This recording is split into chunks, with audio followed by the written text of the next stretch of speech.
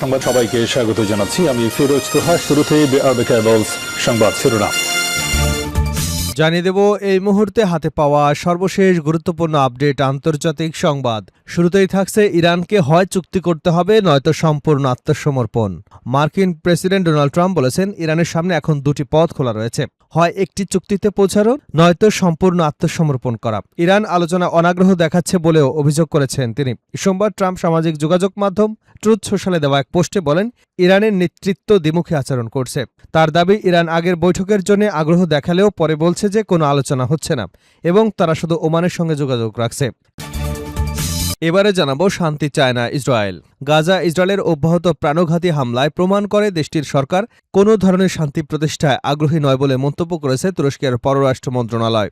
আন্তর্জাতিক গণমাধ্যম আল জাজিরার প্রতিবেদনে বলা হয়েছে, সোমবার প্রকাশিত এক বিবৃতিতে তুরস্ক বলেছে ইসরায়েলের প্রধানমন্ত্রী বেনিয়ামিন নেতানিয়াহুর একমাত্র লক্ষ্য হল ফিলিস্তিনিদের নিজ ভূখণ্ড থেকে উচ্ছেদ করা এবং মধ্যপ্রাচ্যের শান্তি ও স্থিতিশীলতা প্রতিষ্ঠার সব প্রচেষ্টা বাধাগ্রস্ত করা। জানাবো যেকোনো হুমকি মোকাবেলায় প্রস্তুত আইআরজিসি কমান্ডার মোহাম্মদ কারামি। ইরানের ইসলামিক রেভলিউশনারি গার্ড কর্পসের স্থলবাহিনীর কমান্ডার মোহাম্মদ কারামি বলেছেন দেশের উত্তর পশ্চিমাঞ্চলে মোতায়েন করা বাহিনী যে কোনো ধরনের হুমকি মোকাবেলার জন্য পুরোপুরি প্রস্তুত রয়েছে। জানাবো ইরানের নতুন হামলা না চালাতে ট্রাম্পকে সৌদি যুবরাজের আহ্বান। মার্কিন প্রেসিডেন্ট ডোনাল্ড ট্রাম্পকে ইরানের বিরুদ্ধে নতুন করে বড় ধরনের সামরিক হামলা না চালানোর আহ্বান জানিয়েছেন সৌদি আরবের যুবরাজ ও কার্যত দেশটির শাসক মোহাম্মদ বিন সালমান। টেলিফোনে ট্রাম্পের সঙ্গে কথা বলে ইরানের বিরুদ্ধে বড় ধরনের নতুন হামলার পরিকল্পনা নিয়ে উদ্বেগ প্রকাশ করেছেন তিনি। দুই মার্কিন কর্মকর্তা এ বিষয়ে অবগত আরেকটি সূত্র এ তথ্য নিশ্চিত করেছে। এবারে জানাবো ইরানের কেশম দ্বীপে ৯০০ কেজির বোমা ফেলল মার্কিন বাহিনী। দক্ষিণ ইরানের কেশম দ্বীপে একটি বেসামরিক ভবনে মার্কিন বাহিনীর শক্তিশালী বোমা ফেলেছে। শুক্রবার দ্য নিউ ইয়র্ক টাইমস প্রকাশিত প্রতিবেদনে বলা হয়েছে বৃহস্পতিবার রাতে ওই হামলায় একটি বাড়ি সম্পূর্ণ ধ্বংস হয়ে গেছে। ইরানি কর্মকর্তাদের দাবি হামলায় বাড়ির মালিক দম্পতি এবং তার ২ বছরের কন্যা সন্তান নিহত হয়েছেন। পরিবারের আরও ২ সন্তান বেঁচে গেছেন। হামলার পর আশপাশে প্রায় ২০টি পরিবার বাস্তুচ্যুত হয়েছে বলেও তারা জানিয়েছেন। এবং সর্বশেষ জানাবো ইরান ও কুয়েতের বন্ধুত্ব যেভাবে রূপ নিল অবিশ্বাসে। ইরান ও কুয়েতের দীর্ঘদিনের কূটনৈতিক সম্পর্ক সাম্প্রতিক সময় নতুন করে উত্তেজনার মুখে পড়েছে। একসময় উপসাগরীয় যুদ্ধের সময় কুয়েতের পাশে দাঁড়িয়ে শরণার্থীদের আশ্রয় দেওয়া এবং দেশটির জ্বলন্ত তেলকূপ নেভাতে সহায়তা করেছিল ইরান। কিন্তু বর্তমানে যুক্তরাষ্ট্রের সামরিক ঘাঁটি এবং আঞ্চলিক নিরাপত্তা ইস্যুকে কেন্দ্র করে দুদেশের সম্পর্কে স্পষ্ট অবিশ্বাস তৈরি হয়েছে। এতক্ষণ শুনছিলেন শিরোনাম, এবার থাকছে পুরো সংবাদ।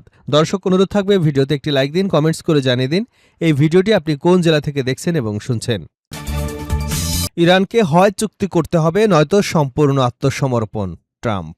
মার্কিন প্রেসিডেন্ট ডোনাল্ড ট্রাম্প বলেছেন ইরানের সামনে এখন দুটি পথ খোলা রয়েছে, হয় একটি চুক্তিতে পৌঁছানো নয়তো সম্পূর্ণ আত্মসমর্পণ করা। ইরান আলোচনায় অনাগ্রহ দেখাচ্ছে বলেও অভিযোগ করেছেন তিনি।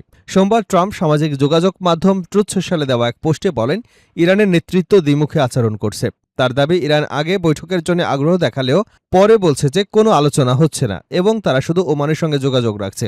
ট্রাম্প বলেন আলোচনা শুরু হওয়ার পরও ইরান প্রকাশ্যে বলেছে যে কোনো বিষয় নিয়ে আলোচনা হচ্ছে না। তিনি আরও দাবি করেন হরমুজ প্রণালীর নিয়ন্ত্রণ যুক্তরাষ্ট্রের নৌবাহিনী এবং তাদের অবরোধের ব্যবস্থার আওতায় রয়েছে। মার্কিন প্রেসিডেন্ট বলেন ইরানে কোনো কিছু প্রবেশ করবে কিনা তা আমাদের ইচ্ছার উপর নির্ভর করছে। একটি চুক্তি অথবা সম্পূর্ণ আত্মসমর্পণ ছাড়া কিছুই সম্ভব নয়। তিনি আবারও জোর দিয়ে বলেন ইরান কখনোই পারমাণবিক অস্ত্র পাবে না। তার ভাষ্য অনুযায়ী কয়েক দশক ধরে তৈরি হওয়া একটি সমস্যার সমাধান নিয়ে যুক্তরাষ্ট্র আলোচনা করছে। এদিকে ইরানের ইসলামিক রেভলিউশনারি গার্ড কর্পস এর স্থল বাহিনীর কমান্ডার মোহাম্মদ কারিমি বলেছেন দেশটির যোদ্ধারা যে কোনো হুমকি মোকাবেলায় সদা প্রস্তুত রয়েছে।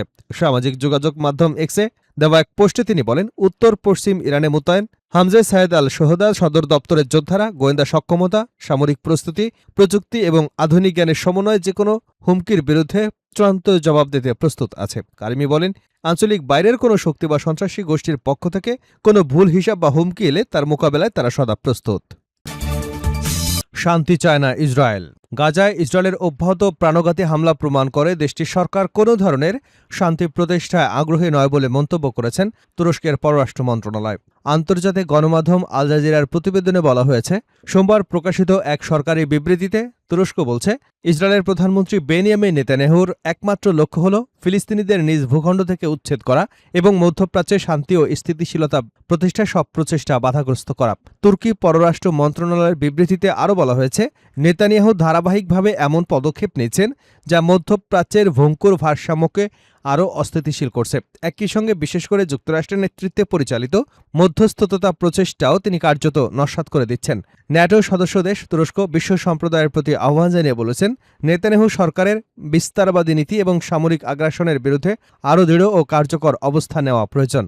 অন্যথায় পুরো মধ্যপ্রাচ্যকে সংঘাতের অঞ্চলে পরিণত করবার ঝুঁকি আরও বাড়বে।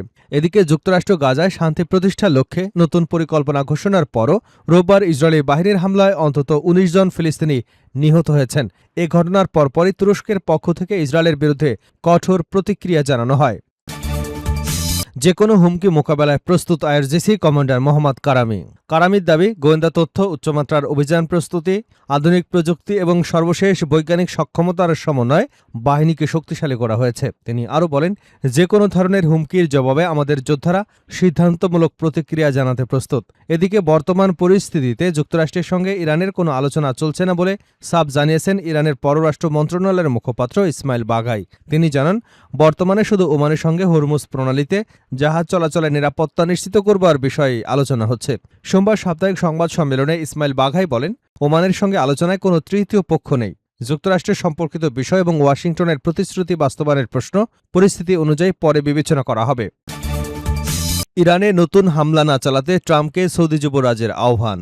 মার্কিন প্রেসিডেন্ট ডোনাল্ড ট্রাম্পকে ইরানের বিরুদ্ধে নতুন করে বড় ধরনের সামরিক হামলা না চালানোর আহ্বান জানিয়েছেন সৌদি আরবের যুবরাজ ও কার্যত দেশটির শাসক মোহাম্মদ বিন সালমান। গত শনিবার টেলিফোনে ট্রাম্পের সঙ্গে কথা বলে তিনি এ সময় ইরানের বিরুদ্ধে বড় ধরনের নতুন হামলার পরিকল্পনা নিয়ে উদ্বেগ প্রকাশ করেছেন। দুই মার্কিন কর্মকর্তা এ বিষয়ে অবগত আরেকটি সূত্র এ তথ্য নিশ্চিত করেছে। প্রতিবেদনে বলা হয়েছে, জর্ডানে যুক্তরাষ্ট্রের একটি সামরিক ঘাঁটিতে ইরানের ক্ষেপণাস্ত্র হামলা এবং হরমুজ প্রণালীতে জাহাজ চলাচলে বাধা দেওয়ার জবাবে আগামী কয়েকদিনের মধ্যে ইরানের জ্বালানি সংশ্লিষ্ট স্থাপনায় হামলার বিষয়টি গুরুত্বের সঙ্গে বিবেচনা করছেন ট্রাম্প। তবে এখনও তিনি চূড়ান্ত নির্দেশনা দেননি। এ ধরনের হামলা হলে ৫ মাস ধরে চলা যুদ্ধ আরও ভয়াবহ রূপ নিতে পারে বলে আশঙ্কা করা হচ্ছে। যুদ্ধ চলাকালে ট্রাম্প একাধিকবার আলোচনার উদ্যোগ নেবার সংঘাত সাময়িকভাবে থেমেছিল। তবে কূটনৈতিক প্রচেষ্টা ব্যর্থ হবার পর আবারও পাল্টাপাল্টি হামলা শুরু হয়েছে।